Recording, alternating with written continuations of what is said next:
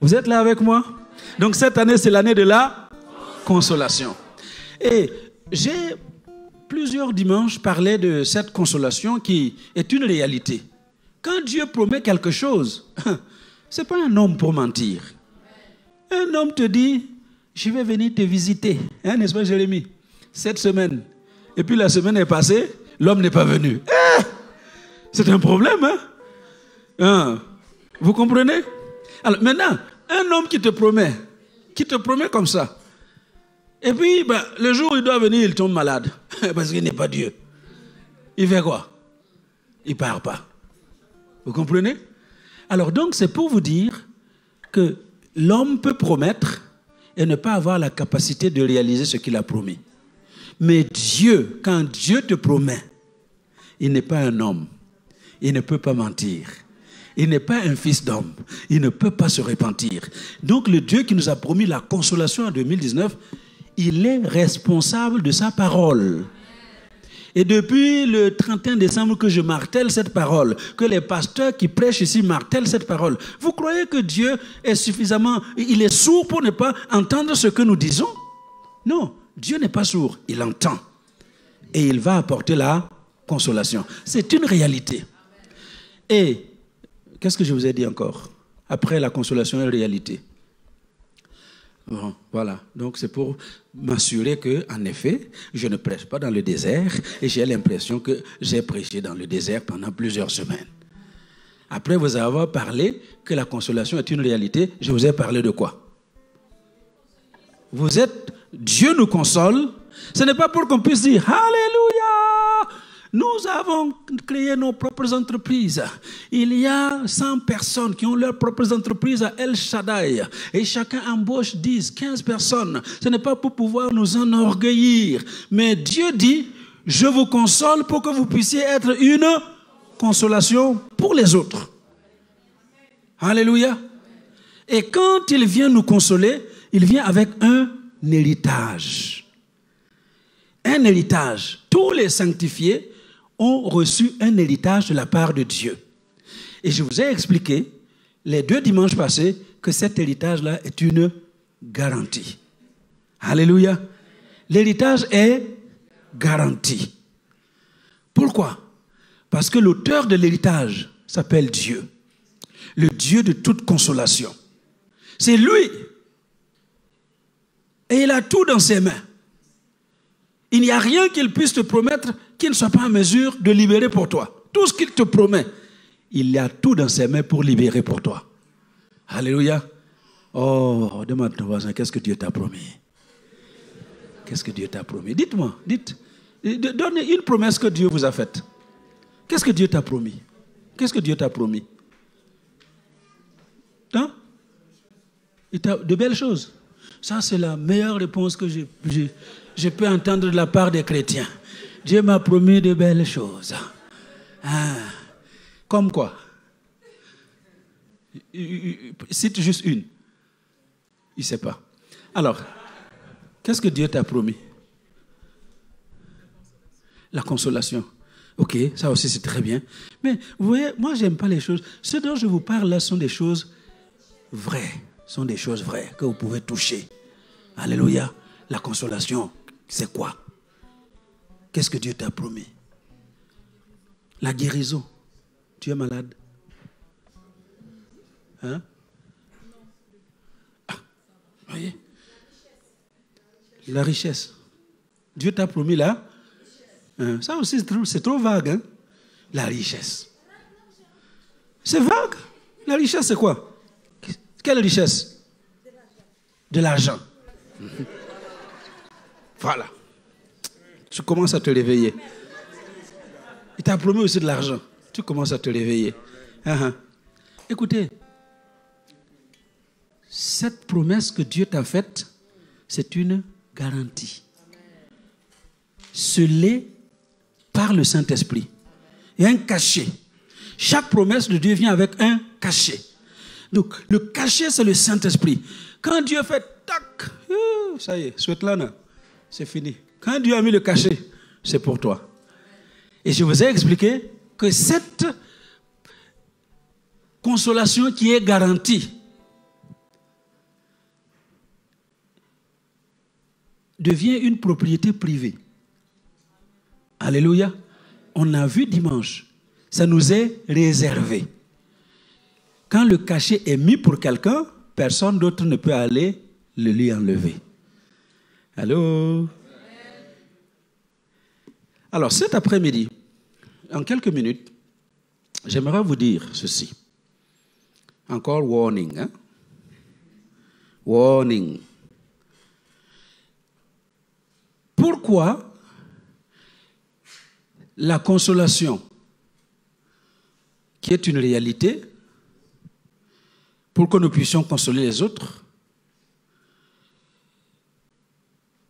dans une promesse garantie, un héritage garanti, pourquoi les enfants de Dieu ne vivent pas de cet héritage? Nous avons développé en long et en large l'héritage que Dieu a préparé pour ses enfants. Pourquoi les enfants de Dieu ne vivent pas dans l'héritage qui est prévu pour eux? Pourquoi moi, je ne vis pas dans l'héritage que Dieu a prévu pour moi? Pourquoi toi, tu ne vis pas dans l'héritage que Dieu a prévu pour toi? Pourquoi? Eh bien, la raison en est toute simple. Et je vais vous laisser quelques paroles cet après-midi et nous allons prier pour que chacun puisse réellement entrer dans son héritage. Galates, chapitre 4, verset 1 à, je ne sais plus si c'est 7 ou 11. Verset 7. Eh bien voilà, je vous invite à vous lever et on va le lire ensemble. Galates, chapitre 4, pardon, verset 7. Verset 1 à 7. Vous l'avez? Ok. Qu'est-ce qui est écrit? Si tout le monde a la force de se lever, par respect pour la parole de Dieu, nous la lisons ensemble.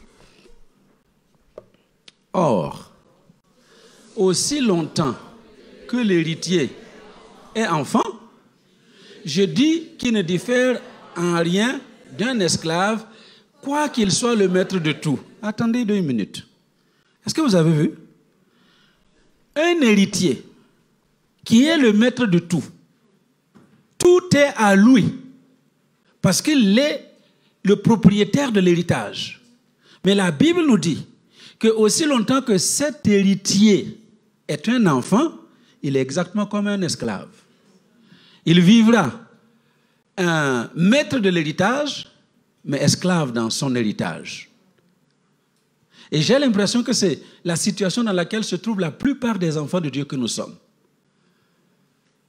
Nous lisons les choses de la Bible, nous savons que c'est pour nous, mais nous ne les expérimentons pas. Pourquoi? Parce que l'héritier est enfant. Allô? Alors, avant de continuer, donc, dis à ton voisin, aujourd'hui, il faut que tu deviennes adulte pour pouvoir jouir de ton héritage. Il faut que tu deviennes adulte pour pouvoir jouir de ton héritage. Verset 2. Mais il est sous des tuteurs et des administrateurs jusqu'au temps marqué par le Père. Nous aussi, de la même manière, lorsque nous étions enfants, nous étions sous l'esclavage des rudiments du monde. Mais lorsque les temps ont été accomplis, Dieu a envoyé son Fils, né d'une femme, né sous la loi, afin qu'il rachetât ceux qui étaient sous la loi, afin que nous reçussions l'adoption. Et parce que vous êtes fils, Dieu a envoyé dans vos cœurs l'esprit de son Fils, lequel crie « Abba, Père ». Ainsi, tu n'es plus esclave, mais fils. Et si tu es fils, tu es aussi héritier par la grâce de Dieu. Amen. Alléluia. Que le Seigneur bénisse la méditation de sa parole, qu'il se fasse au milieu de nous une transformation radicale dans le cœur des uns et des autres pour que chaque enfant de Dieu ici présent puisse jouir de son héritage au nom de Jésus. Amen. Merci beaucoup. Vous pouvez aller à votre place, équipe de louange. Désolé de vous avoir fait attendre. Alléluia. Alors donc, cet après-midi, en un quart d'heure, 20 minutes, je vais vous laisser ce thème-là que vous avez dit à votre voisin. Il faut absolument devenir adulte pour pouvoir jouir de votre héritage. Il y a des héritiers. Maître de l'héritage, mais enfant. J'aimerais qu'on fasse le tour ensemble. À quoi vous pensez quand on vous parle d'enfant? À quoi vous pensez? Qu'est-ce qu'un enfant? Comment agit un enfant? Et chaque fois que vous voyez l'attitude d'un enfant, la réaction d'un enfant, ou les actions qu'un enfant peut poser, eh bien, mettez-vous juste à côté pour voir si toi-même, ce n'est pas comme ça que tu agis par rapport à l'héritage que Dieu t'a donné. On se comprend? Alors, pour ceux qui prennent note, un enfant veut tout de suite. C'est vrai, non? Un enfant veut tout de suite. Ceux qui ont eu des enfants, on peut le constater. Quand bébé a faim, le plus gentil des bébés, quand il a faim, il fait quoi? Et il va pleurer jusqu'à ce que maman lui donne le sein ou le biberon. Et il y a des bébés qui savent vraiment crier, hein? Il y a des bébés qui savent crier. Tant que vous n'avez pas donné le sein, tout de suite, eh bien, il va crier. Vous savez quoi? Dans notre héritage, dans ce que Dieu a prévu pour nous, il y a des enfants de Dieu qui veulent tout de suite. Impatients. Ce que je veux, je le veux tout de suite. Et à l'exemple du bébé, on va hurler, on va crier, on va faire toutes sortes de gymnastiques.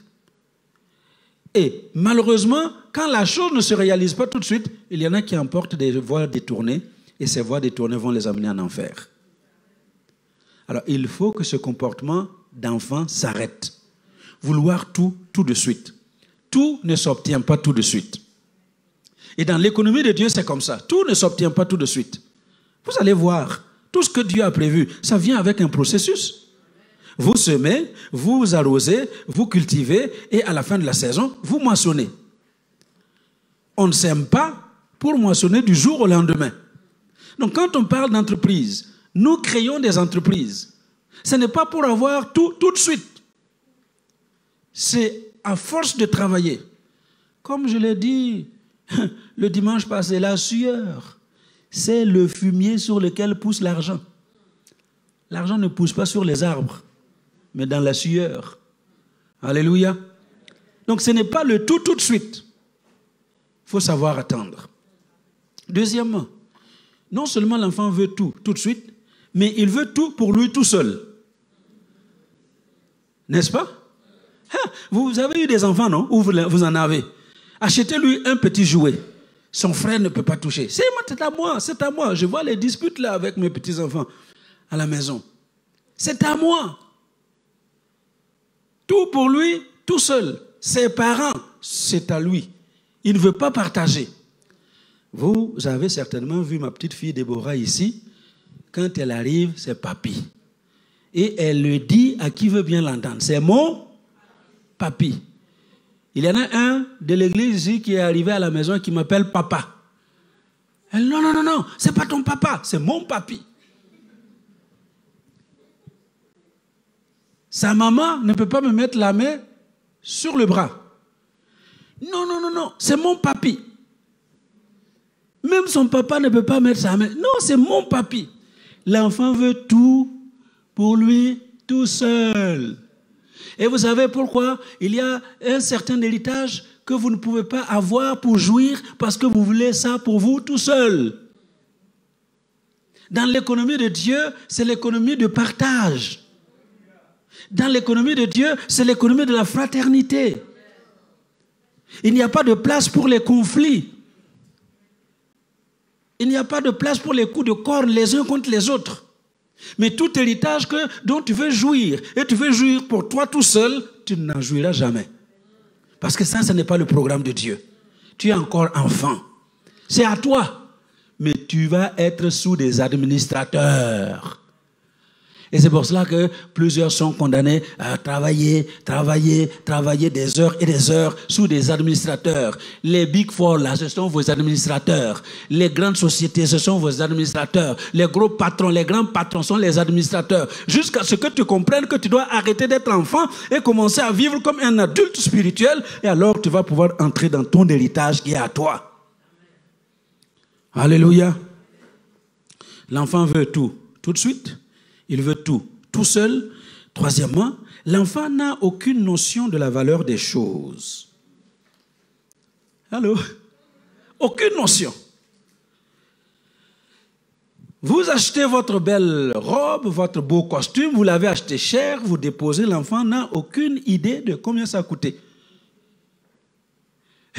Je me rappelle, il y a quelques années, nous avons reçu la visite d'une de nos cousines, nos nièces, qui avait un petit enfant de, je ne sais pas, un an ou un an et demi. Et elle venait au culte de Noël, chez nous à l'église. Avec son mari, ils habitaient à l'hôtel. Et la seule tenue qu'elle a achetée pour Noël, c'est cette tenue-là. Elle est allée la veille acheter, et puis elle est venue, elle a déposé sur le lit, elle est en train de se laver pour venir mettre ce costume, enfin cette belle tenue, pour venir au culte de Noël. Quand elle arrive, elle trouve sa petite fille là, avec l'aromate. Vous avez l'aromate en poudre. L'aromate et de l'eau et le fer à repasser. Donc l'aromate sur la robe blanche, saupoudrer, mettre de l'eau dessus, et puis avec le fer, elle repasse. Hein? Maman arrive. Elle dit, maman, comment elle a dit ça encore? Maman. Hein? Maman lavé. Voilà. Donc, l'aromate, l'eau, elle est en train de laver. Elle dit, maman, laver. Maman, laver. Laver une nouvelle robe achetée à un certain prix. Eh bien, elle est venue à l'église en survêtement. Vous savez pourquoi? Parce que l'enfant n'a aucune notion de la valeur des choses. Il y a des enfants de Dieu comme ça. Vous n'avez aucune notion de la valeur des choses de Dieu. Aucune notion. Ce que Dieu a déposé, l'héritage dont je vous ai parlé, ce que Dieu a déposé en nous, il y en a qui n'ont aucune notion. Résultat, on brade tout ce que Dieu nous donne. Tout est bradé.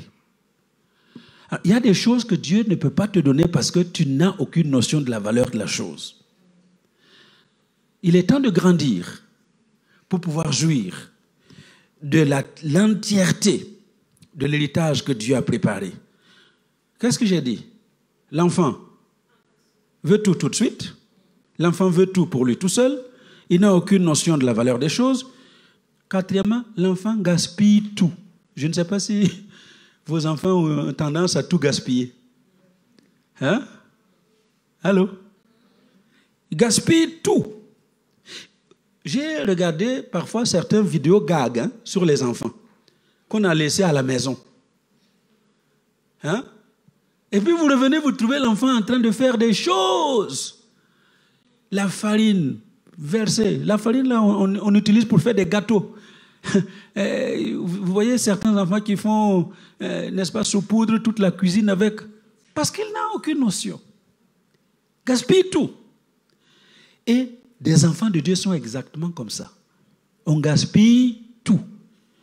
Dieu te donne la santé, tu la gaspilles. Dieu te donne la joie, tu la gaspilles. Dieu te donne la paix, tu la gaspilles. Dieu te donne un mari, tu le gaspilles. Il te donne une femme,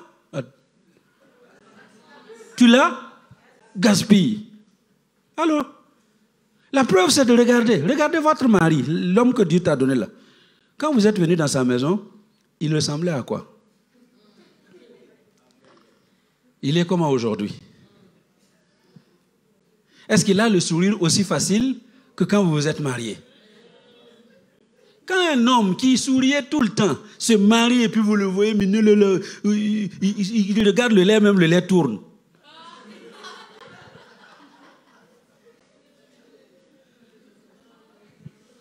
Ça veut dire que quelqu'un l'a abîmé.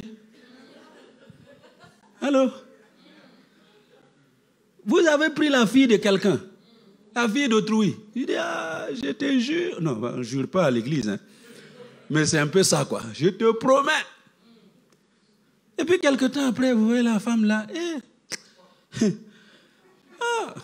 N'est-ce pas? Si elle n'est plus comme elle était avant le mariage, hein, c'est que tu l'as abîmée. L'héritage que Dieu t'a donné, tu l'as abîmé. Dieu a donné de merveilleux enfants à des couples qui les ont abîmés. On ne les a pas entretenus. On ne les a pas bien gardés. Et résultat, aujourd'hui, ce sont des drogués dans la nature. Des prostituées dans la nature. Parce qu'on les a abîmés. Bénédiction que tu as abîmée. Eh bien, que Dieu t'aide aujourd'hui à devenir un adulte en Christ.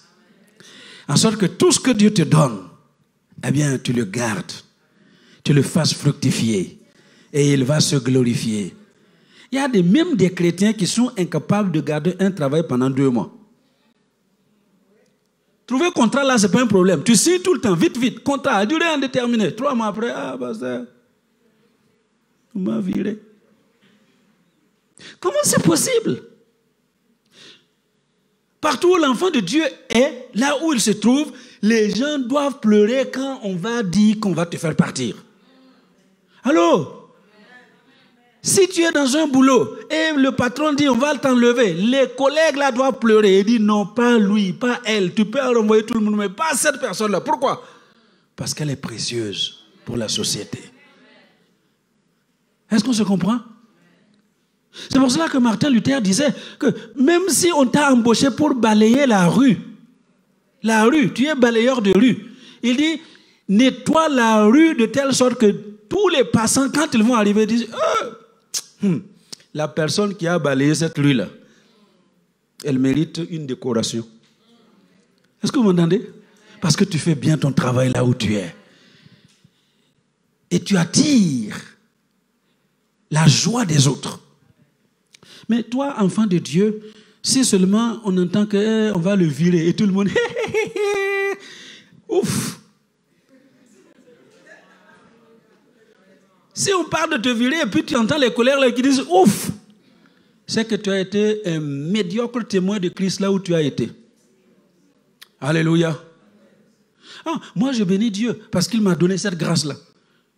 J'ai été affecté dans plusieurs unités de gendarmerie. Mais la grâce que Dieu m'a donnée, c'est que chaque fois qu'on m'enlève quelque part, mais pourquoi on l'enlève? Ah, pourquoi? Ah, ouais, on a perdu quelqu'un. Est-ce que vous m'entendez? Et je prie, là où tu es, là où tu travailles, dans le quartier où tu habites, que quand on parle de toi, on dise la famille qui est ici, le monsieur qui travaille par là, la fille, la femme qui travaille ici, elle est spéciale. On ne sait pas ce qui se passe avec elle, mais elle est spéciale parce que tu as quelque chose de spécial en toi, quelque chose de plus fort et de plus grand que tout ce qu'il y a dans la vie de tous les hommes que tu peux imaginer. Alléluia. Mais l'enfant, il gaspille tout. Mais toi, ne gaspille plus. 5e, l'enfant ne pense pas à demain. L'enfant ne pense pas à demain. Je suis le plus gentil papy au monde. Ah, ce n'est pas moi qui le dis, ce sont mes petits-enfants qui le disent. Et vous savez pourquoi? Parce que j'ai toujours un chocolat dans mon sac.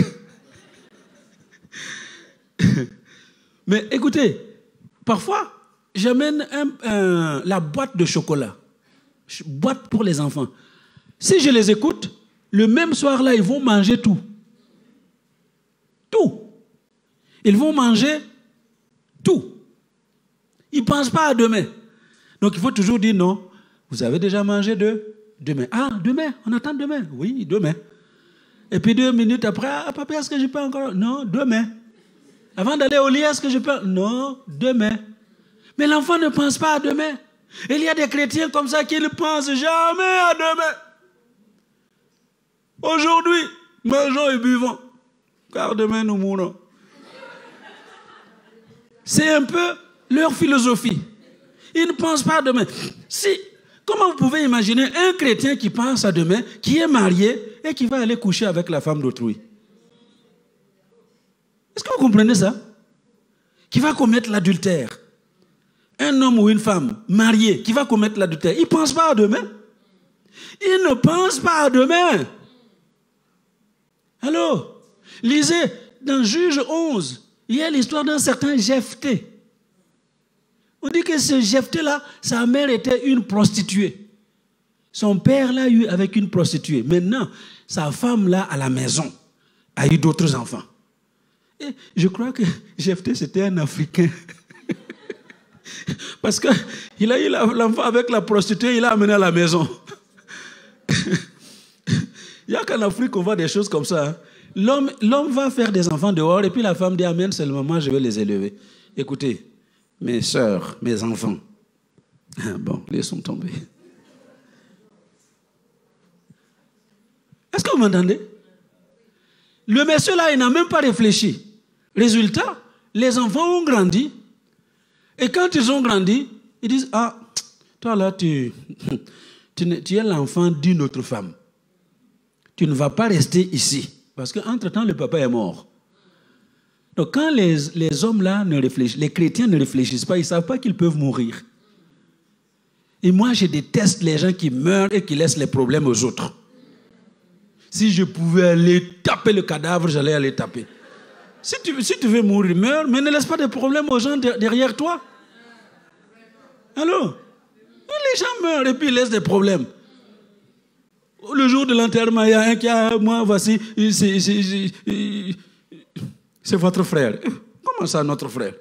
Oui, j'ai eu l'enfant avec lui. Il y a des enfants qui se débouchent. Ah, c'était mon père, c'était mon père. Et c'est comme ça qu'à certains enterrements, après, on se retrouve avec 15 enfants, 20 enfants, 30, 40, pour le même, qu'il n'a jamais déclaré. Quelle inconscience! Et toi, l'Africain qui est en train de m'écouter, si tu fais des choses comme ça, tu es un inconscient. Il faut arrêter cette histoire. Les enfants de Dieu font des choses comme ça. Ils ne pensent pas à demain. Dis à ton voisin, le jour où tu veux pécher, dis-lui, le jour où tu veux pécher, pense seulement à tes enfants. Allô? Pense à tes enfants. Si un enfant de Dieu pensait à ses enfants avant de tomber dans le péché, personne ne tomberait dans le péché. Allô? Tout ce que tu vas essayer de faire comme péché, si tu penses à l'avenir de tes enfants, tu ne vas pas le faire. Parce que tout ce que tu fais sur cette terre a des conséquences sur cette terre. Tu peux le faire en Afrique. Nous sommes sur la même terre. Tes enfants en Europe vont payer le prix de ce que tu as fait en Afrique. Tu peux fuir ici, dis je vais aller aux États-Unis parce que là-bas, tu as fait toutes sortes de choses ici, personne ne t'a vu. Tu vas pour te cacher là-bas. Tu vas payer ça sur la terre. Allô? Pense à demain. Réfléchis avant de faire quoi que ce soit.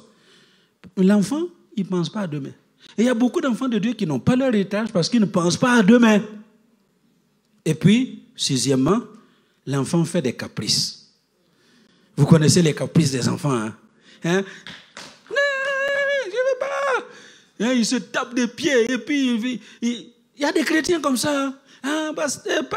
Seigneur, donne-moi le mariage. Tu tapes des pieds, tu tapes des pieds. Caprice. Il dit, ok, allez, tu veux le mariage? Prends le mariage. Maintenant, tu entres dans le mariage là. 5 ministères. Vous connaissez les 5 ministères? Ça devient un ring de boxe. C'est ça que vous voulez? Ah non, pasteur, papa, oh, donne-moi ceci. Tu es là, tu cries, tu es en train de faire des caprices.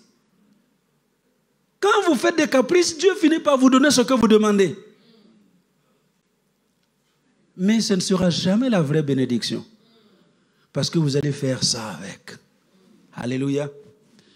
Si tu veux que Dieu te bénisse, qu'il te donne l'héritage qu'il a prévu pour toi, arrête d'être un enfant. Alléluia. Septièmement, pour terminer, l'enfant est insouciant. À la limite de l'inconscience. Vous avez déjà vu les petits enfants, hein, pourquoi on met des rambardes, comment on appelle ça, des barrières? Pourquoi vous mettez des barrières dans votre maison? Pourquoi vous barrez les escaliers? Hein? La sécurité. Pourquoi sécurité? Parce que les enfants sont inconscients. Ils voient escalier seulement, boum. Un jour, j'ai retrouvé mon petit-fils quelques mètres en bas.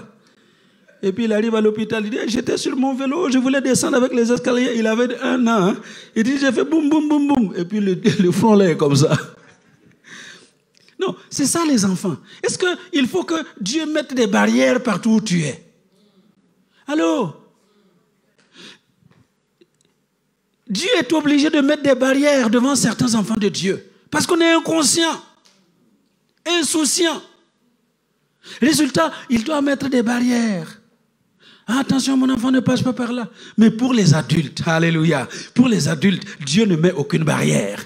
Pour les adultes, il n'y a aucun obstacle. Pour les adultes, il n'y a aucun enclos. Parce que l'adulte sait où il met les pieds, l'adulte sait où il va, l'adulte sait ce qu'il va faire. Et c'est pour cela que l'héritage qui devait être à toi, Dieu est obligé de mettre encore des barrières pour que tu ne puisses pas aller tomber quelque part dans la nature. Allô? Ah, deviens adulte. Deviens adulte pour jouir de ton héritage. Alléluia. Jeunes gens, comme c'est votre week-end, eh bien, je prie pour vous. Et je vous lance cet appel, un défi, à ce que chaque jeune, écoutez, ce n'est pas seulement les jeunes, j'ai parlé des enfants de Dieu que nous sommes. Allô? Il y a des vieux qui sont plus jeunes que les jeunes là de l'église. Allô? Je me rappelais encore un jour, j'ai 3 jeunes gens qui sont venus me dire, mais pasteur, c'est pas possible. Quand nous les voit faire, c'est comme des enfants. Ils parlent des adultes là. Les adultes qui sont comme des enfants. Mes jeunes gens, je vous lance ce défi. Pasteur Marlène vous a tellement encouragé ce matin. Votre jeunesse n'est pas à mépriser. Vous êtes jeunes. C'est pourquoi Jean, dans 1 Jean, chapitre 2, versets 13 et 14, Dieu parle à Jean. Ça, c'est Jésus qui parle. Il dit, jeunes gens, je vous ai écrit. Pourquoi? Parce que vous êtes forts. Alléluia. Jeunes gens, vous êtes forts. Pas de la force physique uniquement, mais Dieu veut que vous soyez forts dans l'esprit, que vous soyez forts dans l'exercice des dons spirituels, que vous soyez forts dans chaque domaine de votre vie. Il dit, je vous ai écrit parce que vous êtes forts. Nous là, il y a des choses que je faisais, je me rends compte que, Adama, tu ne peux plus faire ça. Ah, j'essaye de faire comme si j'avais 30 ans. Je n'arrive plus. Allô? Je ne suis plus aussi fort.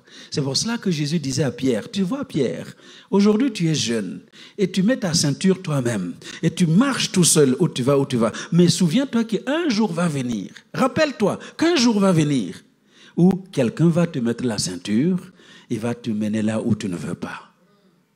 Jeunes gens, vous êtes forts. Que Dieu vous ouvre les yeux pour que vous voyez les opportunités qui se présentent devant vous. Qu'il vous ouvre l'intelligence pour que vous voyez toutes ces choses qui sont préparées pour la jeunesse. Non seulement ils sont forts, mais il dit également parce que la parole de Dieu demeure en vous. S'il y a des gens qui ont la capacité d'emmagasiner la parole de Dieu aujourd'hui, c'est bien vous, avec votre intelligence, vos neurones qui fonctionnent encore bien. N'utilisez pas les neurones pour juste des jeux vidéo. Il y a des gens, leurs jeunes gens, leur seule utilisation des neurones, c'est jeux vidéo, comme elle disait, s'habiller comme je ne sais pas quelle star. Non, utilisez vos neurones pour étudier. Étudiez la parole de Dieu, qu'elle demeure en vous. Et là où vous allez partir, vous verrez la gloire de Dieu. Donc, jeunes gens, vous êtes forts. Jeunes gens, la parole de Dieu demeure en vous. Jeunes gens, je vous ai écrit parce que vous avez vaincu le malin. Vous avez vaincu le malin. Allô? Le diable est sous vos pieds. Le diable est sous vos pieds. Et si vous comprenez ça, vous allez opérer des choses extraordinaires pour votre génération. Alléluia. Jeunes gens, ayez de l'intelligence. Ayez de l'intelligence. Soyez intelligents dans votre génération. Parce que nous sommes dans ce monde. Mais nous ne sommes pas de ce monde. Vous êtes dans les mêmes classes, mais vous ne faites pas partie de leur milieu. Pourquoi? Parce que vous venez d'ailleurs. Votre cité est dans les cieux. Alléluia. La terre est notre lieu de pèlerinage. En ce moment-là, il y a des pèlerins qui vont quelque part pour aller visiter une tombe. Nous, notre maître, notre patron, notre chef, notre Seigneur n'a pas de tombeau occupé. Son tombeau est vide. Alléluia. Son tombeau est vide. Il est sorti vivant du tombeau. Il est ressuscité. Alors, ayez de l'intelligence. Alléluia. Pour marquer votre génération. Faire la différence dans votre génération. Voyez-vous, Ecclésiaste 10, verset 16, il explique que malheur au peuple dont le roi est un enfant. Hein? Quand le roi est un enfant, c'est un malheur pour le peuple. Mais on parle d'enfants dans l'esprit. Parce qu'il y a des enfants qui sont des adultes dans l'esprit. La preuve, c'est que plus tard, dans 2 Rois 11, au verset 21, il y a un certain roi, qui va arriver au trône, et la Bible dit qu'il est arrivé au trône à l'âge de 7 ans. Joas. Il arrive au trône à l'âge de 7 ans. Et lisez l'histoire que ce jeune homme de 7 ans va laisser à Israël. Lisez bien son histoire. Vous allez voir que déjà à l'âge de 7 ans, ce n'était pas monsieur n'importe qui. Alléluia. À 7 ans. Allô, toi tu as quel âge? 15 ans. Tu as plus que 2 fois son âge. Lui, à 7 ans, il a marqué sa génération. Il a changé la physionomie d'Israël. Il a amené le réveil spirituel dans le pays. Il a réveillé tout à 7 ans. Alléluia. Et c'est ma prière pour la jeunesse. Que personne ne méprise ta jeunesse. Alléluia. Soyons intelligents et sages pour notre génération. Est-ce qu'on se comprend bien? Dans Luc 2, à partir du verset 41, vous avez l'histoire de Jésus lui-même. À 12 ans. Il avait 12 ans. Les voici à Jérusalem. Et quand ils ont fini la fête à Jérusalem, les parents repartaient. Ils pensaient que Jésus était avec leurs compagnons de route.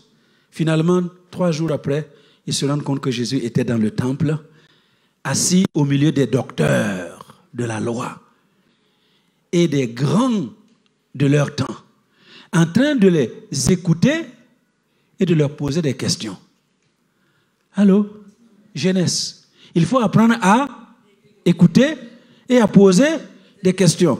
Ce matin, nous avons entendu que nous avons affaire à une génération, je sais tout. Vous savez tout, mais vous ne savez rien.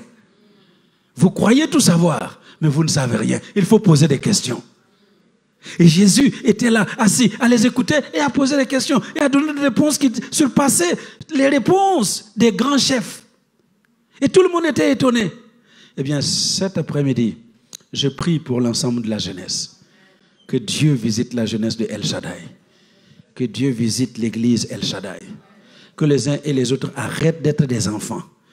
Adoptent un comportement d'adulte.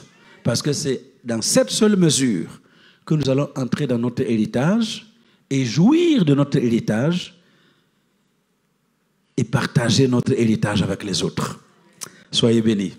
Au nom de Jésus. Alléluia. Gloire à Dieu. Alléluia. Amen. J'espère que le message a parlé à quelqu'un. Voilà. Il faut arrêter d'être un enfant. Sinon, on est maître de tout, mais on ne maîtrise rien. Et on est encore comme un esclave. Alors que Dieu vous bénisse. Je vous invite à vous lever. Et nous allons prier.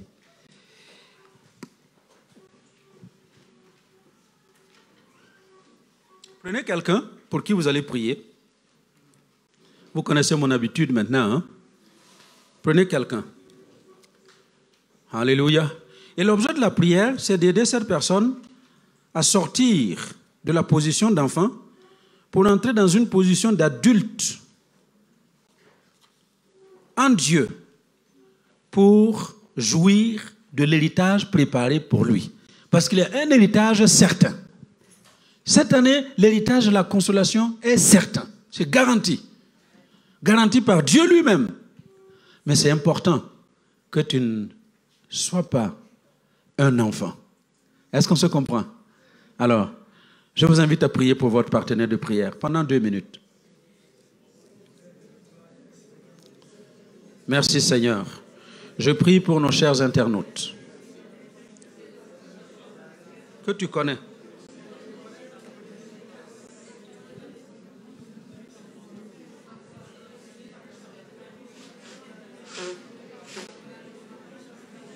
Tu les connais. Tu les connais. Alors merci d'intervenir personnellement et de te glorifier dans la vie de ton peuple. Que les enfants arrêtent les enfantillages pour entrer dans l'économie de l'adulte afin de jouir de l'héritage préparé pour ton peuple. Chacun a un héritage réservé, garanti par le sceau du Saint-Esprit. C'est simplement le fait de demeurer des enfants qui fait que plusieurs ne jouissent pas de leur héritage. Alors je prie pour que les uns et les autres sortent de cette position d'enfant pour devenir des adultes dans la foi. Au nom de Jésus. Amen. Amen. Amen. Alléluia. Alléluia. Alors, je vous invite à faire cette déclaration après moi. Seigneur Jésus, j'ai entendu ta parole. Aujourd'hui, je prends l'engagement d'arrêter avec les enfantillages. Je te promets aujourd'hui d'adopter des comportements d'adultes. À partir d'aujourd'hui, je suis un adulte, je marche en adulte, je réfléchis en adulte, je pense en adulte et je vais agir en adulte pour jouir de l'héritage que tu as préparé pour moi. Merci Jésus. Amen. Alléluia. Gloire à Dieu. Amen.